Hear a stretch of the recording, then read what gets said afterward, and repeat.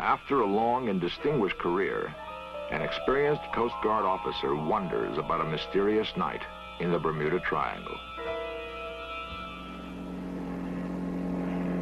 There are pilots who have flown countless times through the Bermuda Triangle and experienced no difficulty.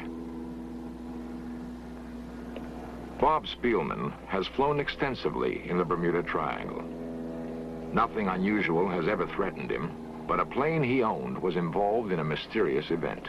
I loaned the plane to some friends who have flown it extensively, and they flew in the area of Grand Bahama Island on the way to a further destination.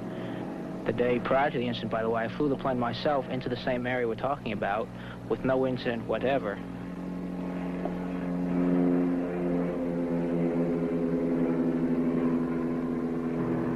The weather was considered fantastic, the finest flying weather possible, ceiling and visibility unlimited, the kind of weather that any pilot dreams about.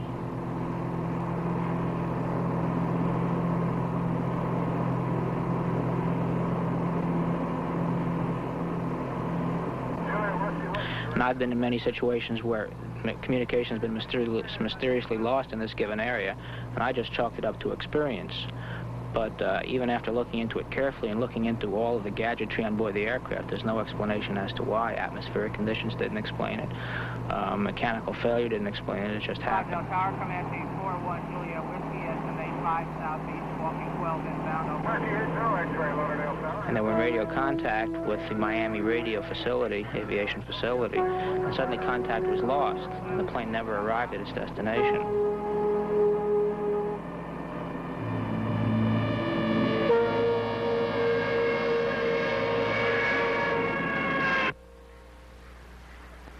Somehow, the Triangle had claimed 5 victims on a clear day in good weather. And there was no way to explain the origin of the accident. The following day, I went with FAA investigators to the scene of the accident. And they went through the wreckage very carefully, took some parts from the aircraft back to the United States. And they found through their extensive investigation that one of the main wing structures that held the wing in place was subjected to such a terrific force that it wrenched the wing right off the airplane. And it's their statement that it's unbelievable that such a force could exist, specifically because the damage was done to only one part of the aircraft, where everything else was relatively intact. Communications lost, a plane strangely missing. Both stand as consequences of a force that somehow exists. When our search continues, we will seek explanations of the Bermuda Triangle mystery.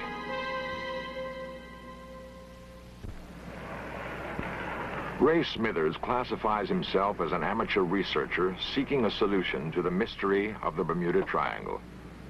Ray concedes that no single idea will provide the answer, but is forced to wonder if there is any truth to what he heard one night while broadcasting on WFTL, Fort Lauderdale. In 19 years of radio, I've been in and out of a lot of studios, but when I walk into this particular studio, I still get strange vibes. Ray was one of 3 people responsible for presenting a special late-night telephone interview program dealing with the Bermuda Triangle. During the broadcast, a call was received. A call which is hard to believe is anything but gibberish. And yet... Exploring the Bermuda Triangle. The Bermuda Triangle Part 2. Normally, all the phone lines were blinking. They were all solid. We had hundreds and hundreds of calls. About 45 minutes into the broadcast, Alan Moore went to answer a call and hit the first line. It was blinking as though a call was coming in, and there indeed was no one there. There was no sound as though someone was on the phone. It was just dead. Miami. WFTL, you're on the air. He proceeded to go down 5 additional lines, and they were all in the same condition. Hello, you're on the air. Finally, on the 6th line, our caller started making a statement. Hello. There's one of you on the program who will understand what I'm going to say. And every living thing on this planet has an aura. The area that you are discussing now is the aura of this planet. It is the communicative channel through which the Million Council governs this planet. Anyone going into the area when the communicative channel is open do not disappear, but they are in the timeless void. They are all perfectly alive and well. It is the only area through which the Council can communicate with this planet. Well, we lost someone here. Let's see. Let's see who we have. There is no way to certify the authenticity of the call. All we know is the strange result the call produced. It's Monday morning.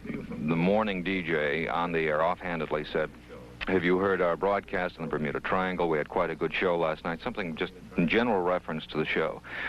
Immediately after saying that, our switchboard lit up. People said, "Gee, I had a physical or mental reaction when that guy called last night on your show. That strange voice." An unprecedented number of callers reported an emotionally unsettling experience. Whether the caller is real or not, he provides a solution unsatisfying to any reasonable investigator. Personally, I have to say that as an amateur researcher in the subject, and someone who certainly has had the public pulse felt, my final conclusion is something strange is happening. I don't think everyone is a mysterious case known. By the same token, there are cases that are totally, absolutely baffling and unexplainable. From 18th century British Navy records come the first indications of mysterious disappearances. In the early 20th century, there were cargo ships like the Marine Sulphur Queen, which disappeared with all hands. The ore-carrying freighter Proteus was lost without a trace in 1941. The United States Navy sub Scorpion lost in 1968. Months of investigation produced no clue to the reason for the sub sinking. In 1965, a C-119 was lost on routine patrol.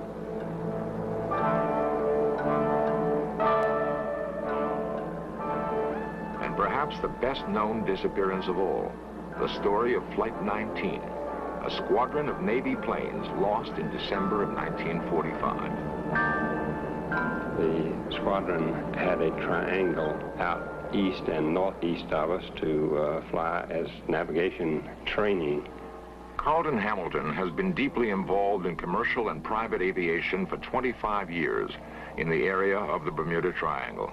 I've had controller jobs at Miami International Tower, operations officer jobs at Miami International Tower, and then chief of Opelika ATC Tower.